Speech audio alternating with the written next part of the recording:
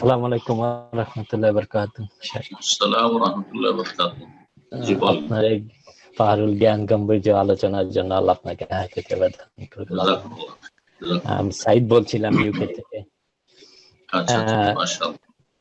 জাযাকুমুল্লাহ। বলেন। Saeed, social media আমাদের কিছু ভাইকে সরকারের কে সেকুলার বা তাদের ছোট ছোট কাজগুলোকে সামনে এনে সরকারকে কঠোর সমালোচনা ব্যস্ত।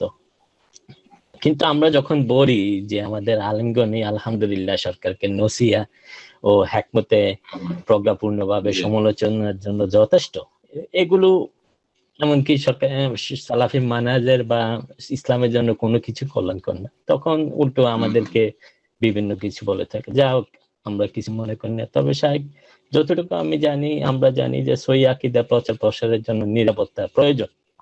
আমাদের দেশে সরকারি আমাদের নিরাপত্তাটা দিচ্ছে, বরঞ্চ খারেজি বিদাতি শিরকিরা যখন আমাদের মসজিদ গুলো তালা দেয় বা ভাঙচুর করে ধমক দেয়, তখন সরকারের পক্ষ থেকে আইনানুগ বিচার করে বা নিরাপত্তা দেয়। তো আমাদের তালেবুল ইলমদের জন্য সরকারের সমালোচনা করা কতটুকু সালাফদের থেকে প্রমাণিত, যদি এই ব্যাপারে কিছু বলতেন। জাযাকুমুল্লাহ। আসসালামু আলাইকুম। ভাই যে বিষয়টি জিজ্ঞেস করেছেন ইউকে থেকে, সরকারের সমালোচনা করা, সরকারের সমালোচনা যেটা, সেটা মোটেই জায়েজ নয় এবং এটা সালাফদের মানহাজ, আদর্শ নয়। এটা হচ্ছে আবেগীদের মানহাজ। হয় যারা আবেগী, আবেগ ভিত্তিক কাজ করে, এলিম ভিত্তিক নয়, অথবা তারা হচ্ছে খারেজি মন মানসিকতা। খারেজি, সে পাক্কা খারেজি, আর না হইলে খারেজিদের পৃষ্ঠপোষক, যে বহু স্তরের খারেজি রয়েছে।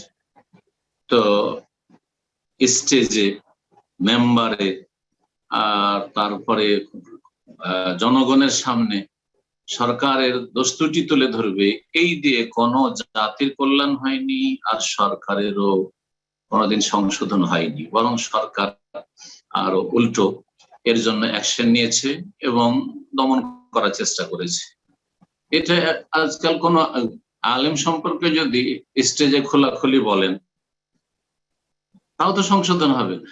কিন্তু তাকে যদি ব্যক্তিগতভাবে বলেন, তো সহজে সংশোধন হবে, আল্লাহর ভয় আছে। তাহলে সরকারের কথা কি বলবে না? দুনিয়ার যারা এমনি সাধারণ লোক আছে, সাধারণ লোক যারা পয়সাওয়ালা, সরকারি কোন ক্ষমতা তাদের হাতে নেই, তাদেরকে দুটো লোকের সামনে যদি বলা হয় যে আপনার এই ভুলটা আছে, তো তার ভিতরে পুরোপুরি অহংকার কাজ করবে, পয়সার অহংকার কাজ করবে, প্রভাব তার যে রয়েছে, ক্ষমতা রয়েছে, তার অহংকার কাজ করবে, মোটেই মেনে নেবে না। মানুষের একটি বদ ফিতরাত হচ্ছে, বদ চরিত্র হচ্ছে যে মানুষ হক কথা মানতে কষ্ট পায়। তো যাই হোক, এদিকে না গিয়ে আসল কথা দিয়ে ফিরে আসি।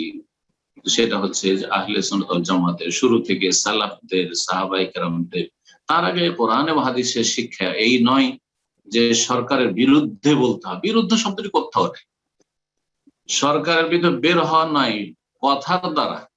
এই জন্য শেখ সালেহ ফওজান, শেখ উসাইমিন, শেখ বাজ, এসব উলামায়ে কেরামদের উক্তি মর্মে রয়েছে যে খরুজ মানে এই নয় যে অস্ত্র ধরে শুধু বের হও। খরুজ মানে এই নয় যে শুধু ঘোষণা করে যে সরকারকে মারো বা সরকারের বিরুদ্ধে তোমরা বেরিয়ে পড়ো।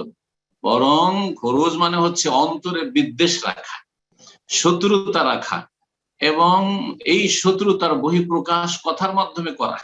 সেটা দুজন চারজনের সামনে হোক, না না না, এর দ্বারা কখনো কারো সংশোধন হয়নি, আর কোন সরকারের সংশোধন হয়নি। আর এটি সালাফদের মানহাজ নয়, এটি কোরআন হাদিসের শিক্ষা নয়। কোরআন এবং হাদিসের শিক্ষা সম্পর্কে একটি হাদিস শুধু বলবো এখানে।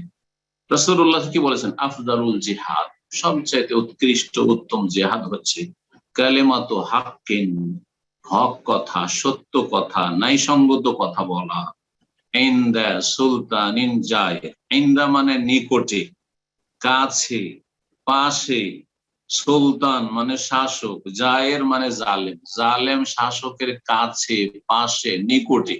তাহলে যে নিকটে বসতে পারবে, পাশে যেতে পারবে, কাছে যেতে পারবে, সে তাকে বলবে। এটা হচ্ছে আফজালুল জিহাদ।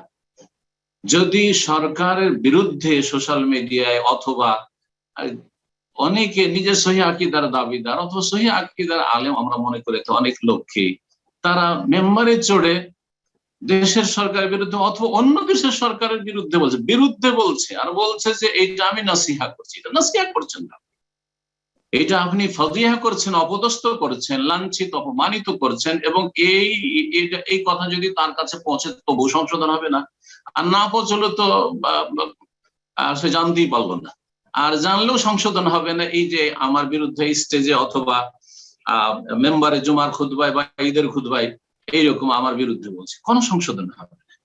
কিন্তু ইন্ডা পাশে গিয়ে যতই বড় জালিম হোক না কেন, যদি পাশে গিয়ে বলেন, যাদের সেখানে যাওয়ার ক্ষমতা আছে অথবা যাতায়াত আছে, সবাইকে বলতে হবে জরুরি নয় যে আমাকে বলতে হবে।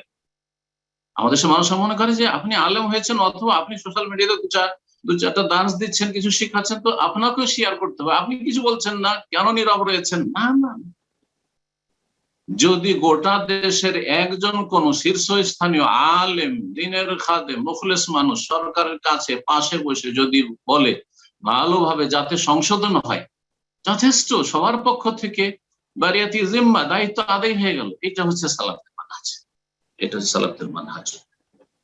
এই কথাগুলি কে শুনবে, কে মানবে? যার কোরআন এবং হাদিসের সামনে আনুগত্যের অভ্যাস আছে। আর যে আবেগে সে মানতে চাইবে না, কারণ সে এলেমের ধার ধারে না, সালাফদের আদর্শের ধার ধারে না। আর যারা খারেজি মোনা, তারাও এগুলোর ধার ধারবে না, কারণ তারা এইসব নিয়ে রাজনীতি করতে চায়, সুযোগ পেলে রাজনীতি করতে চায়। সোশ্যাল মিডিয়ায় হইচই করে চলো আমাদের পক্ষে কিছু লোক আসুক, আর সরকার সম্পর্কে বিদ্বেষী হোক, আর সরকার বিরোধী মনোভাব দেশে তৈরি হোক, এর নাম ঐক্য। এই যে ঐক্য আমাদের ছিল, দাড়িওয়ালা টুপিওয়ালাদের মধ্যে ঐক্যে ফাটল ধরাতে দেব না। এই ঐক্য কোন ঐক্য?